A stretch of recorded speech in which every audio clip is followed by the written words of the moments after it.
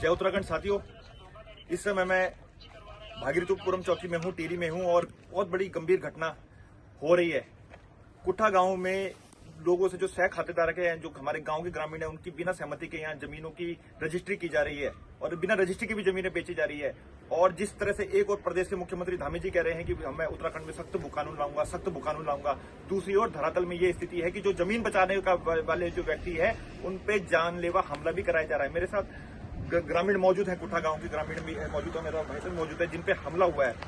भाई साहब, आप अपनी जमीनों को बचाने की कोशिश कर रहे थे, आज आप भागीरथपुरम चौकी आए हैं, उन लोगों के खिलाफ कंप्लेन करना है, शिकायत दर्ज कराने हैं। आप बताइए आपके साथ क्या हुआ?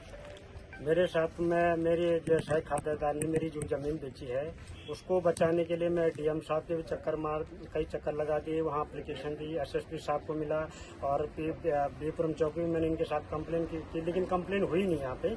लेकिन अब यह बाद में इनको पता लगे कि ये बंदा जो है हमारी जो है कंप्लेन कर रहा था, इन्होंने मुझे जान से मारने की धमकी दी। उसके बाद मैं दोबारा शिव साहब से मिला कि ये साहब मुझे मारने वाले हैं, आप मुझे बचा लो, नहीं तो ये कभी मारते हैं, मेरे जो है वो करो। लेकिन मेरी कहीं सुनवाई नहीं हुई।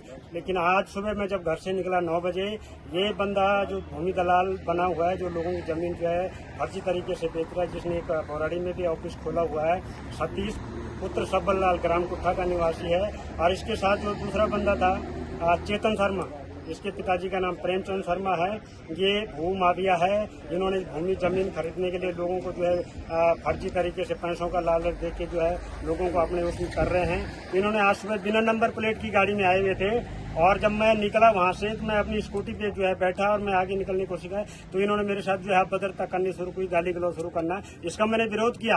अब विरोध जब मैंने किया तो इसने जो है अपना शीशा ऊपर करके मेरे ऊपर सीधे गाड़ी चढ़ा दी, जान से मारने के लिए जानलेवा हमला किया। वो मैं भाग्यशाली रहा कि मैं जो पीछे की तरफ जो है वो हो गया और मैं बच गया, नहीं तो आज मुझे पता था कि मुझे यहाँ पे जो है मुझे लगता था कि मैं मर गया था। लेकिन मैंने पहले भी एसएसपी साहब को, डीएम साहब को, सबको चौकी यहाँ पे भागीरथपुरम में अपने एप्लीकेशन की आशय दी थी कि इनको ये लोग जो है मेरे धमकी दे रहे हैं मारने की, तो अभी यहाँ इनके खिलाफ कुछ नहीं हुआ। लेकिन अगर प्रशासन, पुलिस प्रशासन, जिला प्रशासन इनके खिलाफ अगर कुछ नहीं करता, ये हमारी माँ बेटियों को भी जो है वहाँ गाली गलौज कर रहे हैं, अभद्रता कर रहे हैं। आज भी जब मेरे बाद जो है और महिलाओं के साथ भी इन्होंने अभद्रता की। चेतन सर नाम का व्यक्ति, ये भी जो है हाथापाई भी उतर आया था और महिलाओं ने उसका फोन छीन लिया।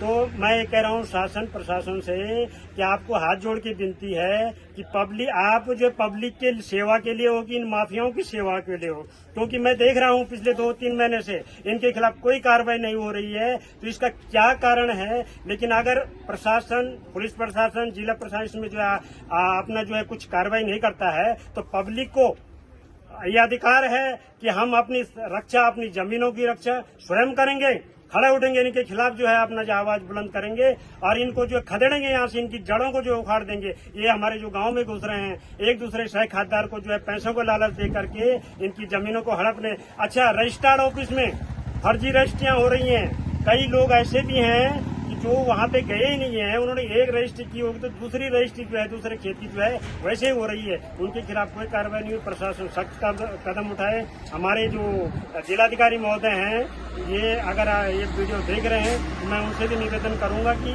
जो ऊपर जो रजिस्टर्ड ऑफिस में बैठे हैं उनके ऊपर भी सख्त कदम उठाए, क्योंकि जो है ये मुझे लगता है ये धनबल में किसी को मारने में गुरेज नहीं कर रहे हैं, धनबल में किसी को खरीदने में गुरेज नहीं कर रहे हैं। इन्होंने कहा है, चेतन शर्मा व्यक्ति ने कहा है मुझे, तुम मेरा कुछ नहीं बिगाड़ सकते।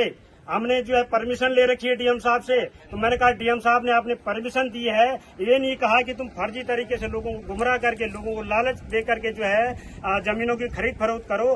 अगर आप डीएम से परमिशन ली, किस प्रकार आपने परमिशन ली? वो कह रहा था चेतन शर्मा, जो waste to land holding private limited का व्यक्ति अपने आप को बताता है कि मैंने परमिशन ली है, उसकी कीमत चुकाई है। कीमत चुकाइए, किसको चुकाइए? जिसने परमिशन दी है उसने उसको कीमत चुकाइए।